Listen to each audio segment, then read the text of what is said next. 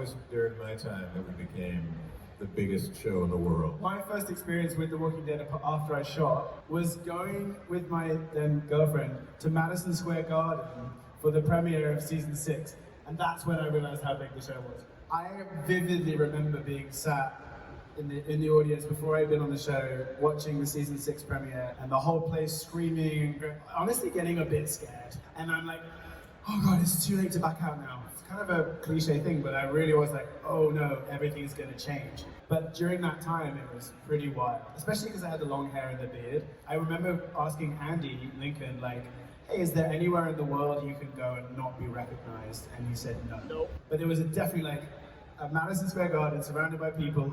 Norman Reedus comes in on a motorcycle, Michael's up on stage, everyone's there, and everyone's screaming. How about you? So you came in season 7.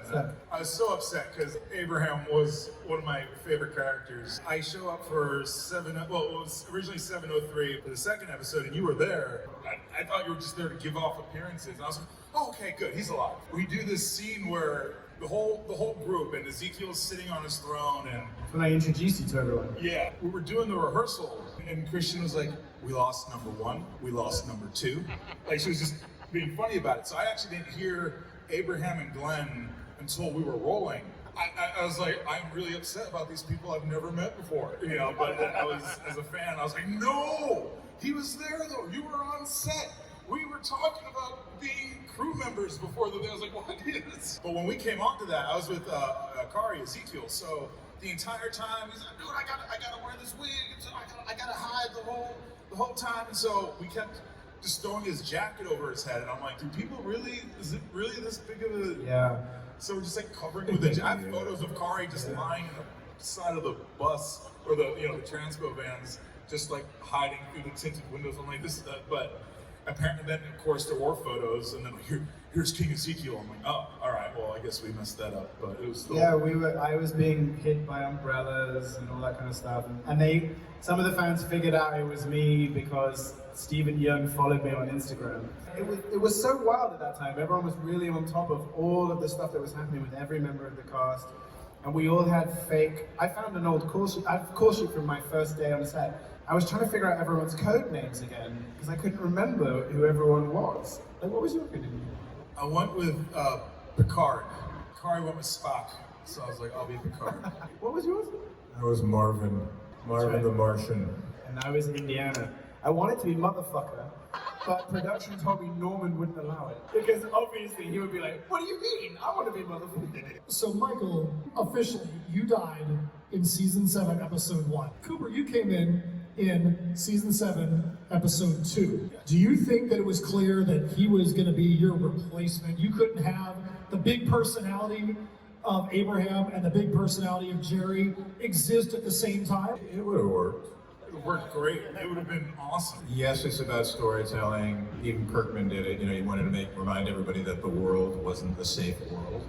And the way you do that is you kill people that everybody loves. Like when I grew up, I'd watch Star Trek, and every week Captain Kirk would get in peril. But you knew Captain Kirk was on next week. There was no way that your lead was going to die. But that was not the case with The Walking Dead, generally speaking. You knew that people you cared about deeply could die at any moment. So anytime somebody got in jeopardy, you were like, oh, shit, this could be happening. The economics of it, that the show gets to a certain point, and then you can't add characters and move forward in the graphic novel and meet the new characters unless you lose some of the other characters that you're paying for. So you have to sort of like murder Peter to pay Paul. For me and Steven, I think we got the most notice of everyone. We knew a good six months before. We knew during the break, we would shoot the first half of the season and then the second half of the season, and there would be a 1 to 2 week break in the middle. And that was mostly to give the crew and everybody a break because it was the most brutal part of the summer. I was in New York at the time, and I found out during that break. So we had 8 other episodes to film. And we found out in the break before we were going to possibly get killed at the end of season 6 or at the beginning of season 7. When you really do the math, we knew a year and a half before you guys saw it. It's the one thing I don't miss is keeping secrets all the time. Especially like doing conventions and everyone coming and talking to you about it and just having to lie to people. But the big secrets, are easy to keep. It's the little secrets, like what did you do in this episode or the next episode? Because when it's airing, you forget what's aired, so you start talking about something that may have happened or didn't happen yet, but it's going to happen next week. So like being dead, it's easy. You don't talk about it. What happens when you and Christian are, are you getting married? And you're like, well, no, we broke up. Oh, that stuff's harder to kind of track. I don't think they would have had the time to do the death I wanted, so I was glad to let it just float around and see what happened. Can I talk about the death of how I wanted to see? Actually, it wasn't even for my death scene. This was for Rosita. Well, how I wanted to die is I really just wanted you just see me with like a big horde and my axe in a giant tree on a field, and then you see the first few swings and then cut to, they're all dead, and I have the axe in the tree. I want to have this whole thing where I just kept throwing the walkers' heads into the side of my axe, and I just keep parrying them into the side of the axe, and I'm just sitting by the bottom of the tree, eating an apple, dying, and but I took out a bunch with me, so I felt that's how I wanted to die. I wanted to see Rosita blow up everybody. At the end, when the zombies all blow up from the thing, instead of her dying in a bed, I wanted to see, and I actually wrote this, wrote like 2 pages and sent it to Angela, which is like the worst thing to do when they're like trying to cram all these last minute edits into the final thing. But I was like, I don't want to see her die in a bed. I want to see her, she's bit, she's limping, and she has all the talk, she has the speech, and then she goes into the thing and blows up everybody, and I wanted to see that so bad. I was talking about it earlier, so I wanted to bring that up. Kind of like Vasquez in Aliens, where she lets off the grenade and like kills the aliens around her. Can you imagine Christian going, But I wanted that. That was my thing, and Angela did not respond. I think my favorite has become what seemingly is everyone's favorite. Suck my nuts. So somebody brought me a quote today though that I totally forgot that I said. I'm actually not. I'm looking around. There's a lot of kids here, but I like that one too. Yeah, Dolphin Smooth was a good one. Dolphin Smooth. And Good Bitch Gracious nuts. Ignatius. Who's Deanna? Who's Deanna? Which is kind of where it started. The fans reacting to it.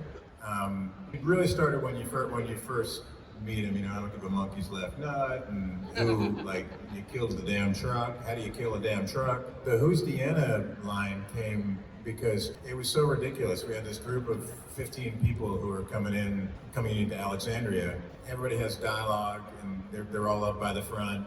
Somehow Greg Nicotero was directing, blocked it, so he's like, I want you coming in the rear, you'd be protected the 6. I think we all forgot that I had a line of dialogue, and I'm just literally way in the back, and I'm like, okay, there's no way they're gonna hear it if I just say, who's Deanna? So they're having this scene in the front, it's going on and on, where you're gonna have to talk to Deanna, you're gonna have to talk to Deanna did it, and it was like, who's Deanna? The whole group's like, what the fuck? And Greg was like, keep that, but everybody else don't turn around. Kind of where that was born. It really just happened because of circumstances and distance. No, it's pretty scripted. There's not a lot of time to do that kind of work on our show. It's pretty impacted so far as page count and time that we have to do things.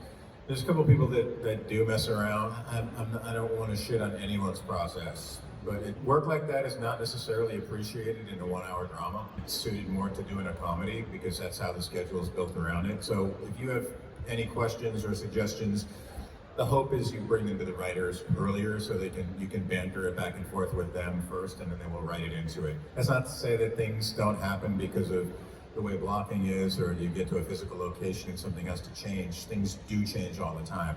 But generally speaking, the kind of schedules we work on these 1-hour shows, that it's just not enough time to sort of play with, I'm gonna do 2 different versions. And it's like, you gotta make sure you get what you want first. And then if there's time, sometimes you play around. They did have one writer who, and probably for each of the characters, who was kind of like the Abraham whisperer, someone who wrote really good dialogue for Abraham, somebody who wrote really good dialogue probably for Jesus, someone who wrote really good dialogue for Cooper. It's like the writers connect with characters sometimes, and sometimes you have characters that were written for the first time or brought to life for the first time by a specific writer, and that's kind of their character, and they will have input on that. And that goes for every show that's on television. I talked with Ross about this quite a lot actually, because when you first come on the show, you generally have like big speeches with all of the main characters, which is a bit intimidating. And especially for me on my first episode, it was with like arguably the two biggest characters on the show. So it was a big baptism of fire at the beginning. But honestly, I was kind of flying by the seat of my pants because I hadn't read the the comic books at that point. They don't tell you anything. And then you're on set and you're like, this is your character. And I'm like someone who likes to do some research and like figure out who I'm playing and what's going on. But I wasn't able to do that, so I just had to go by what was on the page. For me, like, I introduced the Saviors, I introduced Hilltop, the Kingdom, the Whisperers. Like, I introduced all the Negan, like all these major characters in the show, which was really cool. And all the while looking cool and having some fun abilities. And like, I got very lucky with who I was given on the show and my role within the narrative. And also, like, just before my first episode, they had this really dark episode at Alexandria where lots of people had died and it was really awful. And then my episode was like a fun knockabout comedy with Rick and Daryl, like, with chasing me around the field and getting very puffed out doing it because it did bring in a new energy, which was really fun and kickstarted, you know, the whole Negan arc of the show.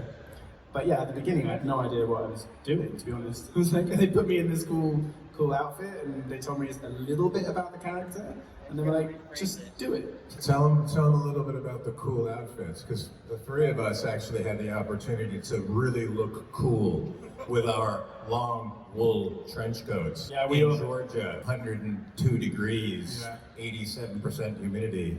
Cooper and I were just talking about that earlier on, where I had the leather coat and the wool hat, and at that time, fake beard, extensions, and then I'm running around in the midday. So that was real. When you first join the show, there will be one person, and I was able to do this to other actors, who will say to you, "Welcome to The Walking Dead," and you don't really understand it until you're in it. And mostly it's to do with like sweating and like feeling like you're gonna die, or like watching the lead actor have a massive fight with someone and being like, "Where's the stunt person?" And then being like, "This is The Walking Dead, this is what we do." I'm like, okay, this is bonkers. Like, I've never been on a show where they push everyone as much as they do, but it really bonds everyone together. And the heat is a huge part of that, huge part. And yeah, we all dealt with the heat a lot. I learned about honey and cinnamon for heat rash. The outfit I wore, there was no air. I had the gloves, the lacrosse pads. I know they switched my pads a bunch. There was one that fit me, and then there was one for like my 12-year-old version, because I was like, oh, I guess I lost weight. I didn't lose weight. They found the big version. But I was wearing that moving blanket. They took a moving blanket and turned it into a gambeson. The reason I was okay wearing it was because I wanted to see one moment where a walker tries biting the jacket and it's just too thick. When I picked the costume and I was like, yeah, let's put a piece here. And if I was fighting, more armor on this side. And I was just thinking, all right, we'll use these as story pieces. And then I realized, no, it's plot armor is all I, and that's what kept me safe. So thank you guys for that. Yeah, when I came on though, I was always laughing because I am the combined size, if not more, of you and Steven. So I was like, all right, we lost Glenn and Abraham, and they put him into one giant, like, bizarro version. That's what I felt like, because I still said weird things, like, but I was like, that's not as cool as Abraham. And then, like, my character has a ton of heart, but I'm like, Glenn had a lot of heart. And then the replacement, I was the guy that showed up at the funeral, and everyone's like, hey. There's so many things where you make a plan, which is the dumbest thing on that show. Don't make a plan. You're gonna be here, you be here. I'm like, okay. That's what I loved when you were directing. That was a lot of fun when you directed stuff, because that was I remember you gave this one note. Everyone, and I liked it. You're like, you just said really quick to me. You were directing everybody like bit, and you're like, Cooper, less angry. And I was like, that makes sense. Oh, and I had to carry that lady. These are just random. This isn't part of a question. This is streams of my thoughts. But we were, Cooper Anderson's random thoughts. I was picking up that girl. She was 110 pounds, and I had to walk over that fake tree, because if I used the tree, it would have snapped. And I did it. She was good about it. And I'm like, you didn't eat lunch, did you? And she's like, I did, I'm sorry. And I'm like, it's a joke, I thought I should share that. I actually met Sarah Wayne Callies. When I first met her, it was on Prison Break, but it was very quick and passive. But I met her at a convention in Europe, and in being in same cities when we're filming, knowing that she was there, reaching out. Like the conventions have actually connected me with her and Bernthal, who I didn't and wouldn't have been as close with had we not done the convention. What was funny was that Seth and I never had scenes together. First thing, we met on Talking Dead. He was sitting on the couch, and this is the other thing, it was me, Seth, and Pollyanna, Jadis, and they were dressed up, like, for prom, and I was in jeans and a hoodie, because the t-shirt I wanted to wear from the sound department, they wouldn't clear it, and they wanted me to read off of the teleprompter. So I had these broken glasses, so I looked like a slob, and the first thing Seth says to me, and sorry children, is he looks at me and goes, "Fuck you. Everyone just likes you immediately. You know, it's took me 2 years to sit on this couch. People have been like sending me death threats, like, and you just, what did you say? Like, you said like 2 paragraphs? Like 2 sentences.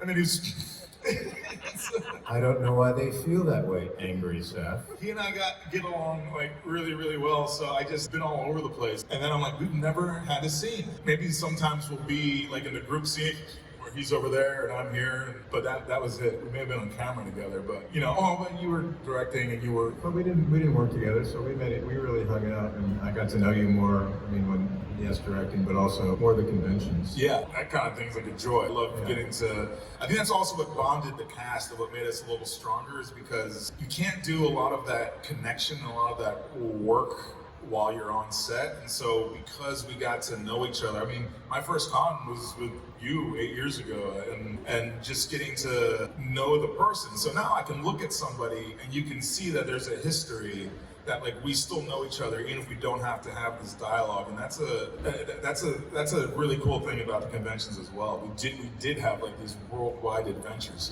99.2% of the time of those moments I've cherished. And then we had moments like this. I mean, there's a few people that after I joined, like Scott Wilson, God bless him, it's people you got to spend time with who left before you. Last year I had a burger in Belfast with Rooker, which was just bonkers. But it was actually Michael Trenor who played Nicholas. We have kids the same age, and I have a music class at my house, and his son comes with him and his partner. I have a music class with my daughters at our house, which is really sweet. And who knew, like, I don't know, 8 years ago when we met each other, that we'd be doing that. And I really, you know, we did a lot of Walking Dead specific conventions, and there was a lot of talk of like, oh, the Walking Dead family, blah, blah, blah, which can sound like BS, but it was a real thing, actually, like, and it extended further than the cast and really into the fans, and everyone felt part of it, which was really great. And I've said this many times, but people ask me what my favorite part of being on the show was, and it really was that. It's like, you know, why do you do the job? Well, you do the job to tell stories and have people go through emotions with you, and you help people process things that are happening in their lives. And to meet people in person and talk to them about that, talk to them about the show that you're in, and hear about how you get together as a family on a Sunday and watch a show, which, by the way, barely ever happens now. Like, that was such a cool thing to be a part of, like, bringing I mean, I never expected that people would be watching this with their small children, but it happened quite a lot. And that was a really cool part of it. So I've met people outside of the cast who, like, I still see at conventions, and that's a big part of it as well. So that was honestly the biggest part of it for me. Judith.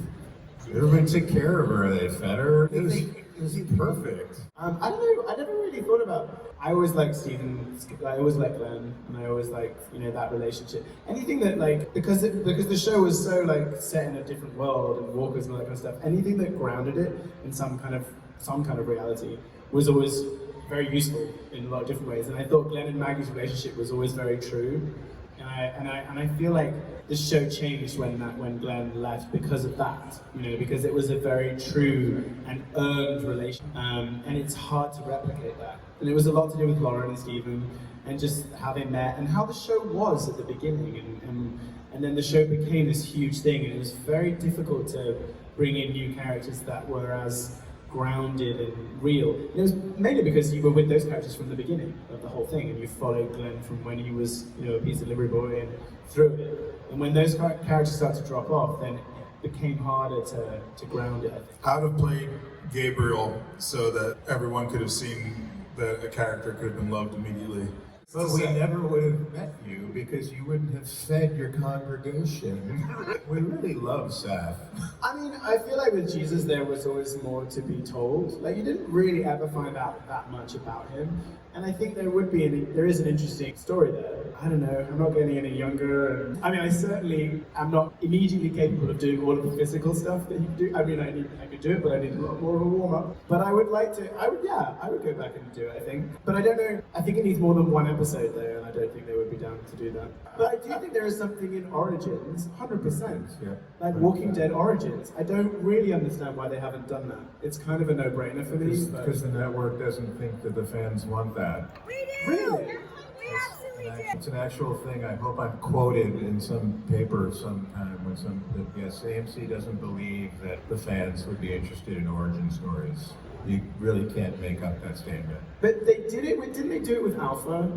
Only. Yeah, but then maybe they saw that and didn't. No, and it went well. It did go well. Yeah, it went very well. I mean, that's just a no-brainer. I think it was their most watched episode of all the Walking Dead. He's the only one who could come back in any of the shows that are still running. I've had thoughts on how it would be done and who it would be done with, but I'm not gonna get going on it because I can go on that. Like, let's talk about AMC.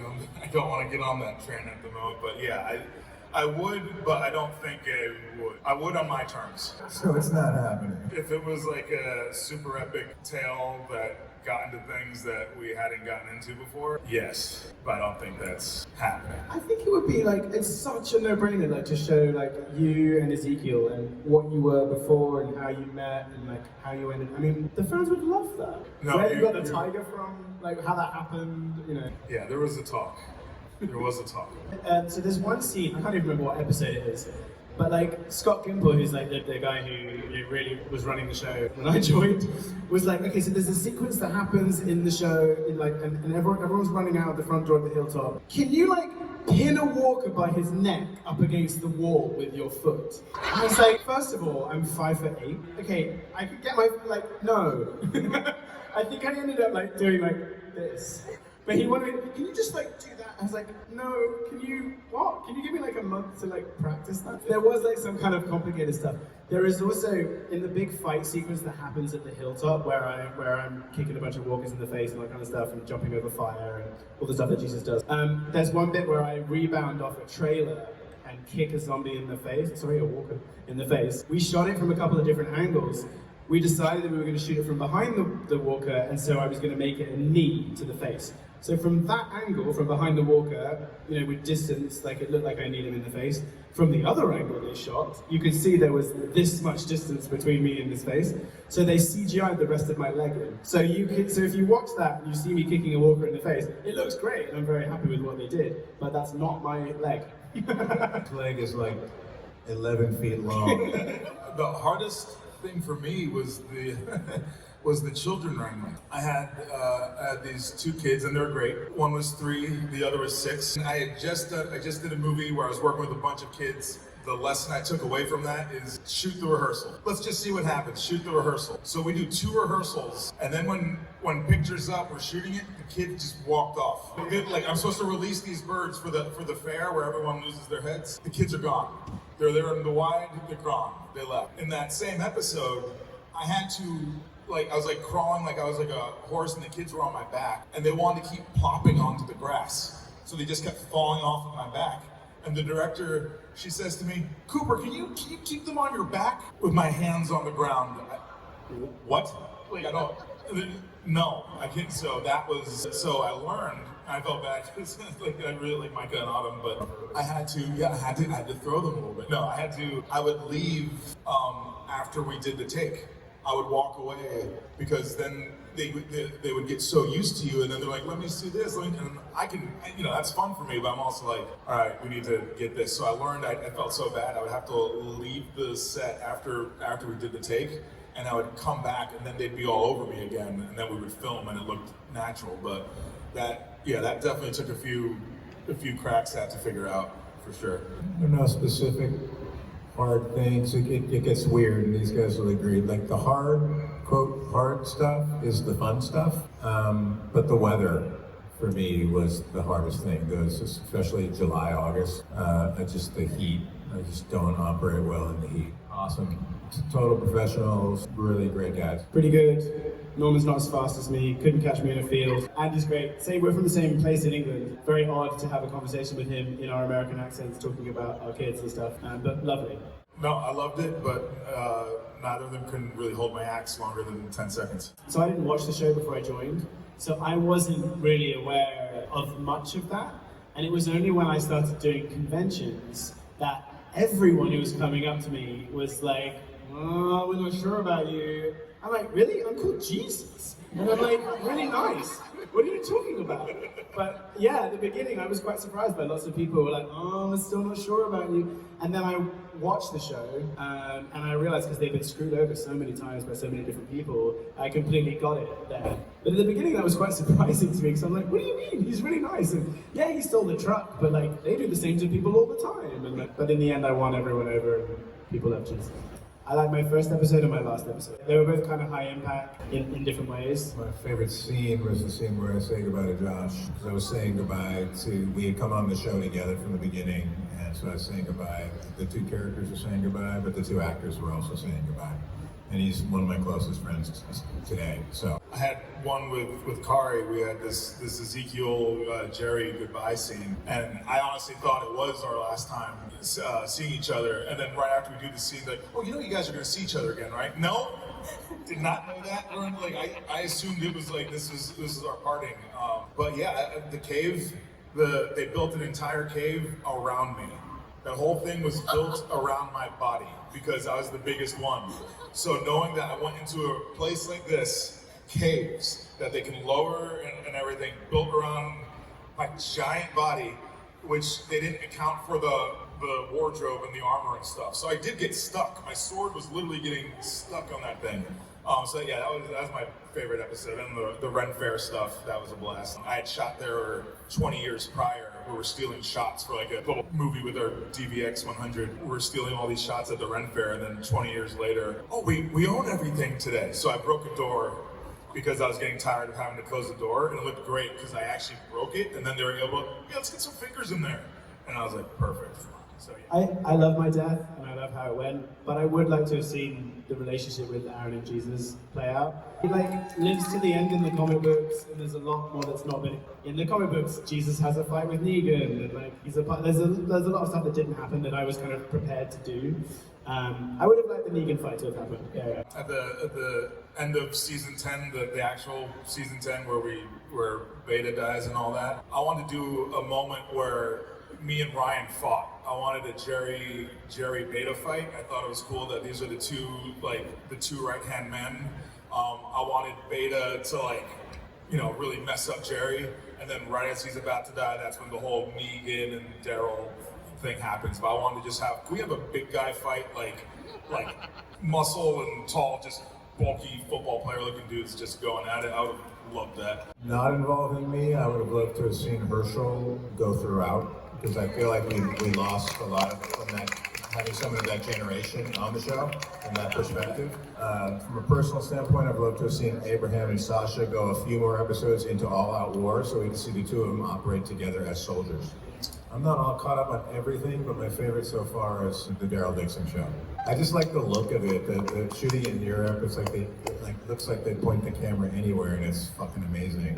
So from a visual standpoint, and I do love that they didn't take the character, deviate from the character because he's now the lead of the show. They kept him all the things that the fans love about the Daryl character. They did a really great job with it. Even though it makes absolutely no sense, I agree with him. The whole from the beginning I was like, he's where now and what's happening? Yeah. But the execution of it is pretty good. Yeah, Daryl Dixon. There's something. The thing that made Walking Dead for me get harder was just we had so many cast members and so many stories where I'm like, what happened to you again? And that sort of happened towards the last or all the seasons. We're like, okay, what's your character doing?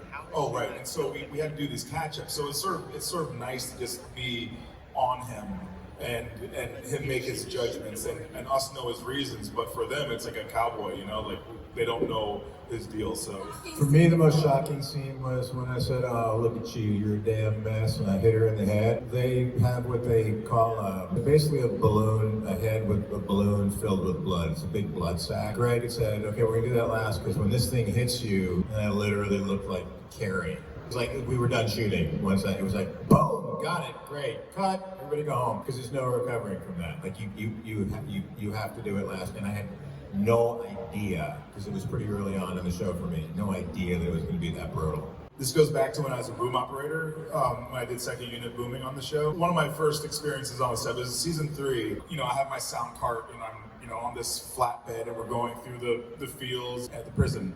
And I saw like 50 walkers just out in the field. It's not shocking, but it was weird for me. 50 walkers out there. I didn't see a camera in sight. I didn't see a single light set up. And I'm like, ooh, that wasn't first unit. I don't know what was happening. And they're just standing there.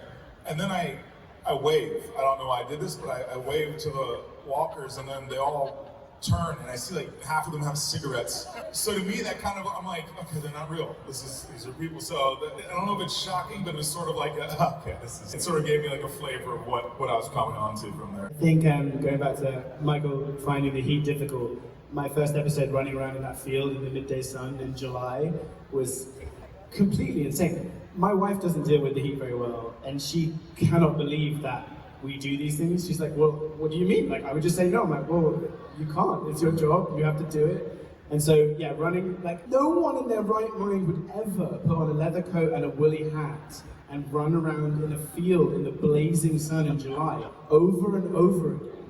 But that's what we do. I mean, my character didn't really have that many, like, emotional scenes, but I remember being very grateful that I wasn't in the circle, the Negan circle, because that sounded miserable. Like, first of all, being on your knees, and it was freezing cold at night then, and they're all like very emotional, like some people are having full-on breakdowns. I just remember being very grateful that I wasn't involved in that, but you were. No, it was kind of wonderful to watch everyone in that scene work, because that's the other thing too that we were talking about. By the scene, you know, touching on what Tom said about the show is best when the cast was smaller. I think by the time I left the show, we had 24 series regulars. It's hard to focus on the story you're telling. The sort of wonderful thing about the lineup was that we all got to be on set together and watch each other work because of the way that the semicircle was set up. So it was kind of wonderful. You don't get to see your friends work like that all the time. Everybody, you know, obviously it was emotional for everyone. There's a lot, you know, especially with Steven leaving the show, and I say especially with Steven because Steven was there from pretty much the very beginning. But to watch everybody work, you know, even though it was intense, it was wonderful. It was fun. Like I said, these things that are hard for us, this is what we live for in our work, and we want to do these wonderful emotional things. So hard and fun, you know, kind of at the same time. This is the episode after the beheadings, and Avi Sadiq, he was given he had this long speech. They rewrote it like the night before, and he had to re-memorize it, and he delivered it beautifully. But when I decided, you know, we're all like listening to him speak, I'm thinking about all the kids that had died in it. So like I'm thinking of Henry. Theoretically, I knew him his whole life, and so I was bawling hard. Like it was like a choice I decided to make because everyone was so epic looking up there. They were just, yes, these are words. And me, I was just treating it like I was crying hard, and I realized I couldn't stop it. But to me, like it was just because you know, we lose Enid, we lose Tara, we lost like characters that Jerry had. You know, it's 6 years later, so in that thought process, I'm like, all right, so I've known these people for 8 years now, and then Henry I've known. So I was really emotional there. I think they didn't. I saw a camera was grabbing. I know they were going for it, and then I think they were like, nah.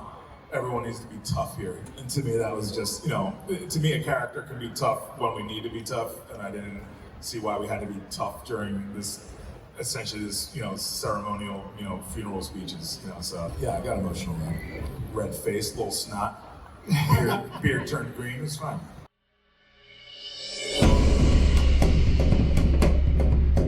Subscribe and check out more videos on SheFantasy.